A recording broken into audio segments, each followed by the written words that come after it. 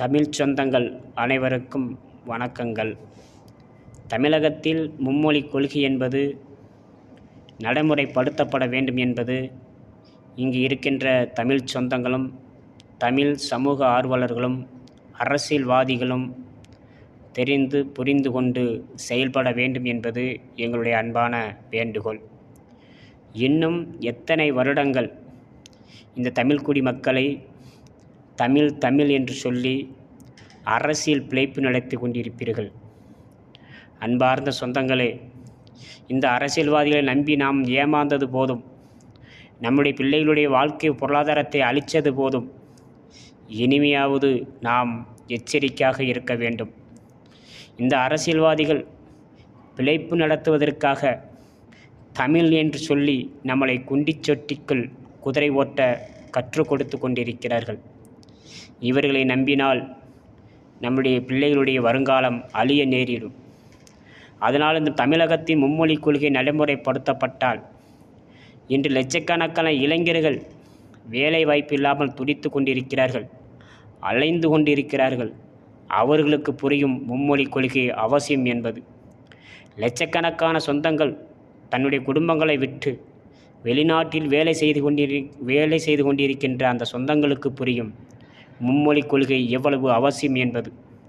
அதனால் தமிழ் சொந்தங்களே, தமிழ் சமூக ஆர்வலர்களே, அரசியல்வாதிகளே, நீங்கள் ஒன்றை புரிந்து கொண்டு இந்த மக்களுடைய வளர்ச்சியையும் வாழ்க்கை பொருளாதாரத்தில் முன்னேற வேண்டுமென்றால் தமிழ்நாட்டின் மும்மொழி கொள்கையை நடைமுறைப்படுத்தப்பட வேண்டும்.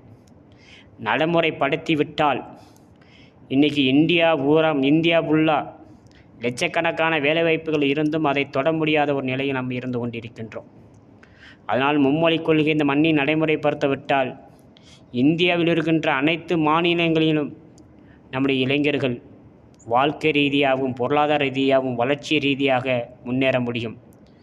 நம்முடைய இளைஞர்கள் மட்டுமல்ல, தமிழ்நாடும் வளர்ச்சி நோக்கி செல்லும் என்பதே அரசியல்வாதிகளும் தமிழ் சொந்தங்களும் ஊடக நண்பர்களும் புரிந்து கொண்டு மும்மொழி கொள்கை தமிழ்நாட்டில் நடைமுறைப்படுத்த ஒவ்வொரு சொந்தங்களும் துணை நிற்க வேண்டும். அன்பு சொந்தங்களே, அரசியல்வாதி பிள்ளைகளை நீங்கள் தொடர்ந்து உற்று பாருங்கள். அவர்கள் அனைத்து மொழிகளையும் கற்று உலகமெங்கும் உலா வருகின்றனர்.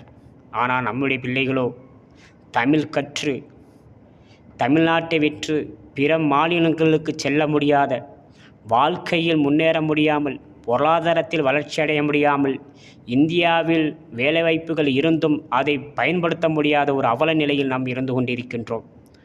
அதனால் இந்த அரசியல்வாதிகள் என்பவர்கள் நம்மளுடைய தமிழ் என்று சொல்லி தமிழ்நாட்டுடைய மக்களுடைய பண்பாடு கலாச்சாரம் அழிந்தது போதும் இவர்களால் இன்னும் இந்த மண்ணுக்காக இவர்கள் எதையும் செய்ய முடியாது.